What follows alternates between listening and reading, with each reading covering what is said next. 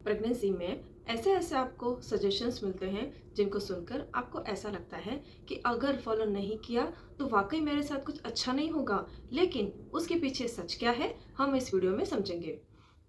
आपको अक्सर कहा जाता है कि भाई अगर आप प्रेग्नेंट हो, अब आपको 2 लोगों का खाना खाना है, तुम अपनी डाइट बढ़ाओ। लेकिन बढ़ा भी ले, पर क्या ये ज़रूरी है? क्या सच में आपको 2 लोगों का खाना खाना है? जी नहीं, बिल्कुल ऐसा नहीं है। फर्स्ट ट्राइमेस्टर में तो लगभग आपको खाना बढ़ाने की नीड नहीं होती है। कई फीमेल्स तो ऐसी कंडीशंस में होती है, उनको नोज़िया, वॉमिटिंग ये सब फील होता है। वो जो खा रही होती है वो भी उनका छूट जाता है। तो आपको हाइड्रेट रहना है, इलेक्ट्रोलाइट लेना है अच्छे से, नारियल पानी, ओआरएस लेते रहिए। सेकेंड ट्राइमेस्टर में 300 से 500 कैलोरी बढ़ानी है। ट्विंस है तो थोड़ी मात्रा और बढ़ सकती है, 500-600 कैलोरी हो सकती है। और यह जो मैं आपको बता रही हूँ, यह आईसीएमआर की गाइडलाइन के अकॉर्डिंग मैं आपको बता रही हूँ। आपको न्यूट्रिशन ज़्यादा लेना है, लेकिन खाना ज़्यादा नहीं खाना है। ओवर ईटिंग करने से weight gain, cholesterol, liver problems, कई तरह की समस्या आपको हो सकती है। डिलीवरी के कॉम्प्लिकेशंस भी आपको आ सकते हैं, बच्चा भी ओवरवेट हो सकता है। तो किस पे फोकस करना है? प्रोटीन रिच डाइट लेनी है, सब्जियों का प्रयोग बढ़ा देना है, क्योंकि सब्जियों में ज़्यादा कैलोरी नहीं होती और न्यूट्रिशन ज़्यादा होता है। होममेड और बैलेंस्ड खाना खाना है। एक्सरसाइज करने से तुम्हें कुछ गड़बड़ हो जाएगी, नुकसान हो जाएगा, कुछ भी एक्सरसाइज मत किया करो, ऐसी सलाह देने वाले भी आपको बहुत लोग मिलेंगे।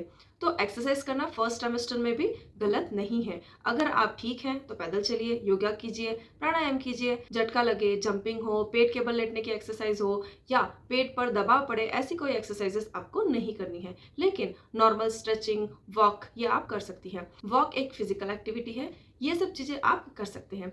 और ब्रीदिंग प्रैक्टिसेस आपको हर रोज करनी चाहिए। कई प्रेग्नेंट मॉमीज यह समझती हैं कि सब कुछ तो हमें डॉक्टर बता देंगे, हमें कुछ नहीं करना।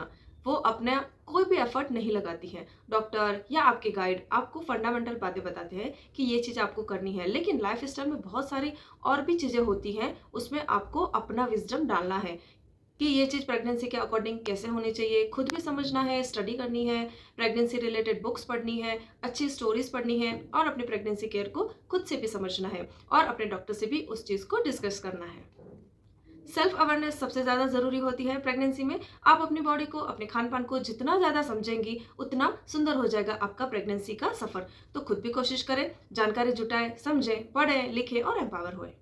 पपाया और पाइनएप्पल बिल्कुल मना है, यह आधा सच है। जी हाँ, पाइनएप्पल में ब्रोमेलिन होता है, कंट्रैक्शंस करता है यूट्रस में, तो प्रेगनेंसी के लिए सेफ नहीं है।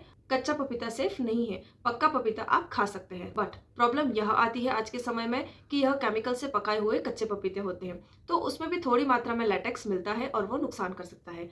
लेकिन 9 मंथ डॉक्टर की सलाह से पपाया पाइनएप्पल आप खा सकते हो डिलीवरी को इंड्यूस करने के लिए। प्रेगनेंसी में स्ट्रेस तो होगा, यह बिल्कुल नॉर्मल है। हमने भी बच्चे पैदा किए हैं, ऐसे बहुत सारे लोग आपको यह कह देंगे, लेकिन यह सरासर गलत है। प्रेगनेंसी होने का मतलब यह तो नहीं कि आपको तनाव हो, आपको खुशियां होनी चाहिए, लेकिन हम तनाव में चले जाते हैं तो क्या करें?